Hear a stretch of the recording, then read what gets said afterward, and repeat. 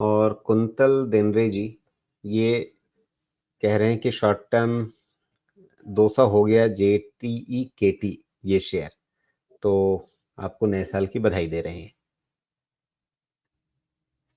Happy new year, thank you very much, happy new year. जी, तो ये 200 हो गया, अब इसमें कुछ नया बनता है क्या? पता नहीं, इनको मैंने पहले कुछ बोला था शायद, ऐसा लग रहा है इनके शायद सवाल से। नवंबर में इनका सवाल आया था। हाँ, जेटीकेटी का अभी कैसे देखिए, जेटेक में नहीं, ये सेक्टर मैं पहले भी समझा चुका हूँ कि अभी तो एंसिलरीज को उतना फायदा मिला ही नहीं है जितना फायदा जब इंटरेस्ट रेट नीचे आएगा, कॉस्ट ऑफ फाइनेंसिंग जब नीचे आने लगेगी तब होगा। तो सीवी, ऑटो एंसिलरीज, ये दोनों बेनिफिशियरी होने वाले हैं सॉफ्टवेयर इंटरेस्ट रेट बायस का। और कंपनी बहुत छोटी सी है, इनका स्केलेबिलिटी बहुत पॉसिबल है, बहुत ऊपर तक हो सकता है।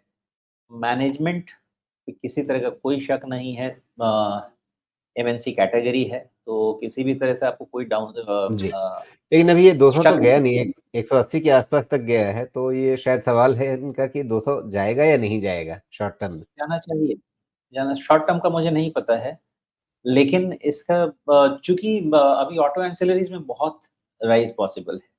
यही है कि करेक्शन में खरीदेंगे तो फिर आपको डर नहीं लगेगा, बिकॉज़ मार्केट करेक्ट करेगा तो ये सब 20% कैसे करेक्ट हो जाएँगे उसका अंदाज़ा भी टाइम टाइम नहीं लगेगा इन लोगों को 20-20, 30-30% करेक्ट होने में।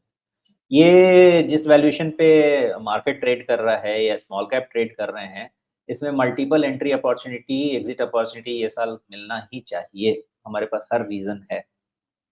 ओवरऑल जेटीकेटी में 200 मिलना चाहिए, मुझे तो नहीं लगता कि नहीं मिलना चाहिए। लेकिन इन्वेस्टर्स को नीचे मिले तो ट्राई करना चाहिए। लेवल समझा देता हूँ ऑटो एंसिलरी के स्टैंड पॉइंट से, उसके बाद आप देख सकते हैं। मुझे सेक्टर में कोई दिक्कत नहीं लगती है। मुझे कंपनी के परफॉर्मेंस में भी कोई दिक्कत नहीं लगती है अभी तक, बिकॉज़ मेन परफॉर्मेंस इसकी है, मैं second half of this calendar के बाद ही उम्मीद कर रहा हूँ। मेबी मार्केट उसके लिए गियर अप कर रहा है अपने आप को। तो जेट ईकेटी, जेटेक्ट, अभी अगर आप मोमेंटम की बात करेंगे 163 इज़ द पॉइंट, उसके ऊपर में ही इसमें मोमेंटम बना रहेगा 163 टू 159। सो आप इसको 161, 160, 161 का रेंज रख लीजिए। वहाँ से सपोर्ट किक इन होना चाहिए, momentum based support kick in होना चाहिए। जो मोमेंटम लूज़ करेगा 150 के बाद ही लूज़ करेगा।